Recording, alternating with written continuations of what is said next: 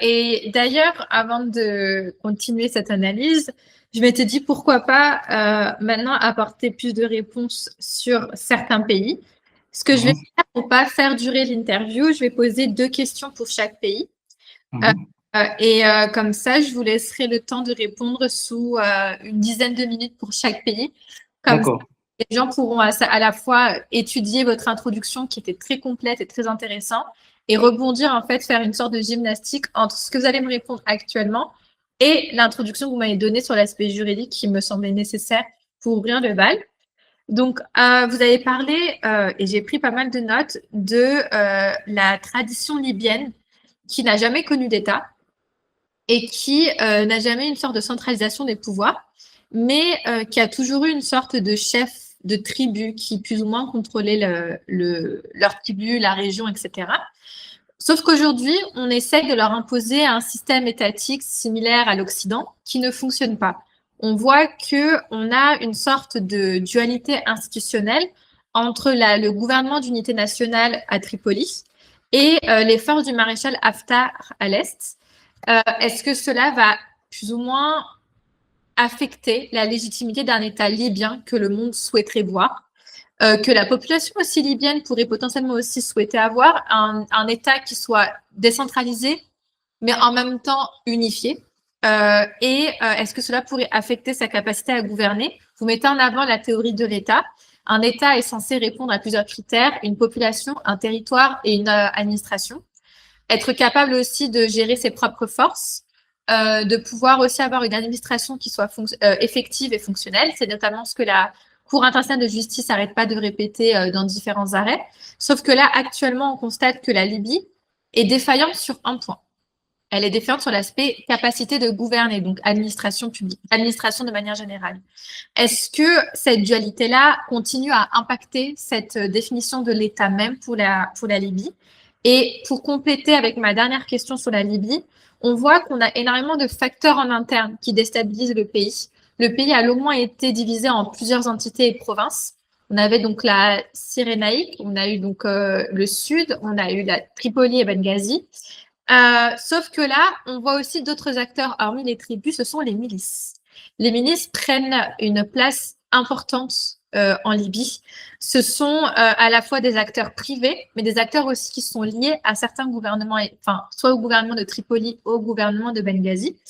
Et est-ce que cette tendance milicienne peut être analysée comme des acteurs non étatiques ou comme des institutions para-étatiques intégrées directement au système de gouvernance?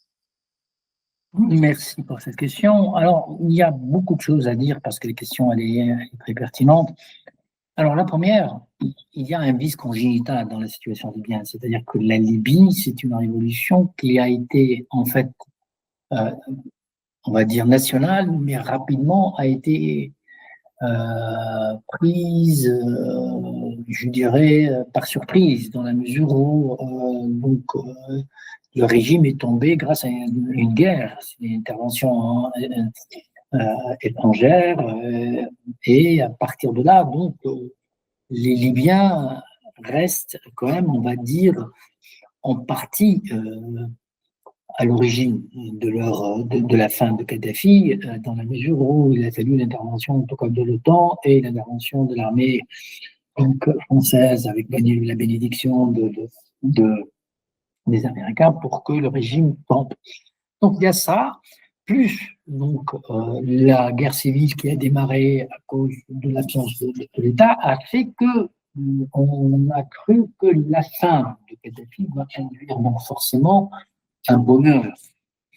Le bonheur de retrouver un régime rationalisé, étatisé, avec un peuple qui va choisir ses gouvernants. On était en fait dans le délire, je dirais, orientaliste à la BHL, quoi. Or, là encore, les choses ne sont pas des. C'est pas là encore. Il faut toujours, en tout cas, une historicité et des fondements sociologiques, politiques pour arriver, en tout cas, à trouver des solutions. Alors, qu'est-ce qui fait que donc, les Libyens se trouvent avec cette dualité et cette séparation consistant à être dans un pays à deux États, je dirais à deux régimes politiques, pour ne pas utiliser le terme État. Donc là, je reviens à ma référence principale lorsque j'aborde la question de l'État, c'est Moraldon. Nous, il dit que pour qu'il y ait un État, il faut un double contrat, contrairement à Rousseau, par exemple. Il dit qu'il faut un contrat social et un contrat politique. Or, en Libye, on le voit bien, il n'y a ni contrat social ni contrat politique. Pourquoi? Parce que, ce peuple-là ne s'est jamais considéré comme étant une population, ce qui fait une différence. C'est-à-dire que là, pour qu'il y ait en fait un contrat, on va dire, social, pour nous, il faut avoir l'envie de faire société ensemble. Or, ces gens-là, ils n'ont jamais voulu faire société ensemble, ils ont fait société ensemble sous contrainte ou ou avec donc de les clientélismes. Donc ces tribus-là, c'est une addition.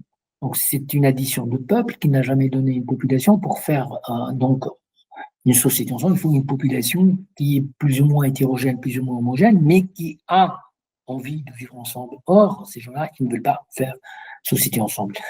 La première chose, d'où donc cette guerre qui continue à perdurer.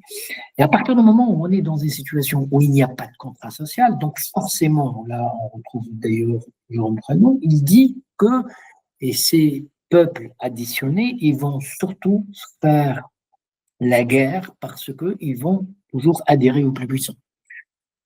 Et à partir de là, on se retrouve devant une situation où certains vont avec Haftar, les autres ils vont avec le régime à Tripoli, les autres ils sont des milices, les tribus, donc ils veulent notamment proches de l'Afrique, ils veulent aussi maintenir leur autonomie et leur africanité par rapport aux autres. Enfin, on est dans une situation, un mélange qui fait qu'il n'y a pas donc un contrat social. Alors, à partir du moment où il n'y a pas de contrat social, il n'y a pas donc une population qui n'a rien à voir avec le peuple. Et puis après, on se retrouve devant un autre donc, obstacle qui est quand même important. Il n'y a pas de contrat politique. Le contrat politique, il faut donc une articulation entre la société socialisée qui va prendre donc une dimension à caractère politique qui va après adhérer à un projet politique, soit par l'élection, soit par donc la volonté de se laisser gouverner par un roi, par allégeance. Donc tout ça fait que aujourd'hui en Libye, on est dans une situation bien particulière. Il n'y a ni contrat politique, ni contrat social pour faire État. Et on est donc dans une situation où, on va dire, le changement a réussi à créer un État formel. Or, le formalisme étatique n'a absolument rien à voir avec l'État réel. Et l'État réel, c'est l'État lorsqu'il y a une articulation entre les deux. Donc, l'addition entre ces deux contrat-là. Or, aujourd'hui, on voit bien qu'on a un Parlement qui se trouve hors Tripoli, et Tripoli a le pouvoir. Et ce qui rend, en fait, la situation libyenne beaucoup plus compliquée, non seulement, en fait, il n'y a pas envie de faire société ensemble, mais également, il n'y a pas envie de faire gouvernance ensemble, et il y reste un troisième élément qui est hyper handicapant, c'est, je dirais, l'ingérence continue, donc des puissances régionales et étrangères. Dans la mesure où il y a un déficit de légitimité. Lorsqu'il y a un déficit de légitimité, qu'est-ce que la légitimité? La légitimité, lorsque l'État est souverain. La souveraineté de l'État signifie qu'on est dans cette addition qui est voulue par le peuple, il signifie qu'on va faire ceci ensemble pour légitimer le pouvoir qu'il va exercer, fédérer le pouvoir.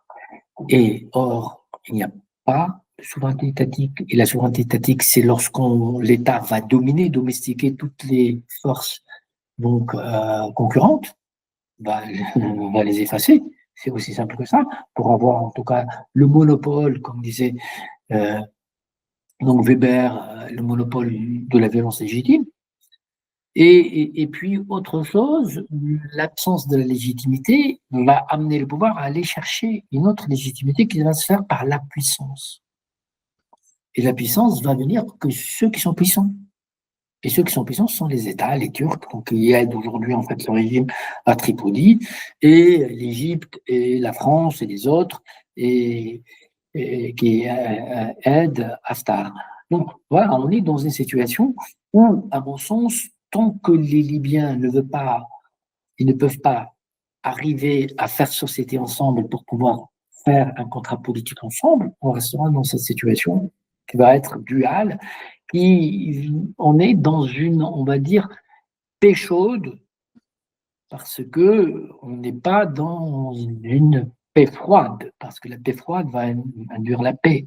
Aujourd'hui, on est, on va dire, dans une situation à la libanaise, quoi. Donc, bon, voilà, tout le monde se déteste, mais tout le monde sait que de toute façon, la guerre civile n'est pas une bonne chose. Et les puissances aujourd'hui n'ont pas envie de faire la guerre par l'intermédiaire, en tout cas, des Libyens. Les Turcs, donc voilà, on leur a laissé faire et dominer la Libye parce que on a besoin des Turcs au Moyen-Orient et notamment donc pour aider l'Ukraine de l'autre côté pour ne pas bloquer la situation. Et puis de l'autre côté, enfin, on n'a pas envie aussi d'aller jusqu'au bout parce que la guerre n'apporte absolument rien. Et il y a un acteur qui est quand même important, qui lui a tout compris et qui n'a pas envie d'entrer dans ce sont les Italiens. Les Italiens, ils aident tout le monde. Ils ont aidé même Daesh. Donc les Italiens, ce qui les intéresse, c'est leurs intérêts. Oui, Or, les États. ils ont signé des accords avec la Libye pour pour le commerce, etc. Mais il n'y avait pas eu de solution précise quant à la fin de cette de cette impasse libyenne. Et vous parlez du fait qu'il faut qu'une population accepte de vivre ensemble, mais c'est assez compliqué pour une population de vouloir accepter de vivre ensemble quand ils ont longuement vécu dans une situation où ils devaient se battre, ne pas s'aimer, ne pas s'allier et être au pouvoir et qui sera le plus fort. Donc c'est compliqué, comme vous avez mis en départ lors de l'introduction, devoir imposer quelque chose une révolution. Ça prend des années, voire des décennies ou même un siècle, ce qui a été le cas pour les pays de l'Occident. Donc aujourd'hui, vouloir imposer cela très rapidement pour ces pays qui ressortent tout juste de la colonisation, qui ressortent tout juste de révolte et qui ressortent tout juste d'une tradition très dictatoriale ou sans État ou un régime politique complètement instable, c'est très compliqué aussi pour eux de trouver une harmonie et de vouloir accepter à vivre ensemble. Et c'est aussi pour ça que la question des ministres, c'est important pour comprendre la Libye, puisque quand les Libyens tentent malgré tout de vouloir se faire connaître, de vouloir vivre et de vouloir trouver une certaine stabilité, parce que c'est pas facile pour eux de vivre dans un pays complètement détruit ou alors en diaspora, on a aussi les ministres qui sont là à tirer sur qui va contester en fait la légitimité de leur propre pouvoir. Et là, la Libye, c'est une sorte de noyau similaire à ce qu'on peut voir aussi au Soudan et au Yémen, qui n'arrive pas à s'en sortir parce qu'on a une sorte de milicisation de l'État. Enfin, du coup, ici, la milicisation du régime plutôt pour la Libye. Et la population est la première à subir les impacts, alors que les ingérences, comme vous dites si bien, sont même très contentes, entre guillemets, de voir cette impasse libyenne, puisqu'ils ont plus de facilité à exploiter les richesses libyennes ou alors à forcer leur vision pour pouvoir avoir un accord avec la Libye pour des questions pétrolières, pour des questions d'accès à l'Afrique subsaharienne ou alors directement avec d'autres pays du Maghreb. Ce que leur pose problème, en fait, notamment du côté européen, c'est beaucoup plus la question migratoire. Pour le reste, ils n'ont rien à faire, en tout cas des Libyens et la situation de la Libye, ça importe peu. Et les Libyens, ils arrivent aujourd'hui à trouver, donc on va dire, un semblant, en tout cas, de vie, parce que, bon, voilà, c'est un pays qui reste quand même des morts riches, quoi. Donc, bon, voilà, ils essayent de partager le gâteau entre les différents plans qui s'opposent pour ne pas aller vers une guerre chaude, quoi. Donc on est dans une guerre froide, quoi, dans une paix chaude, quoi. Peu importe. En tout cas, ce qui est certain, que c'est ça qui fait que la situation en Libye, il y a un pouvoir, mais pas un État.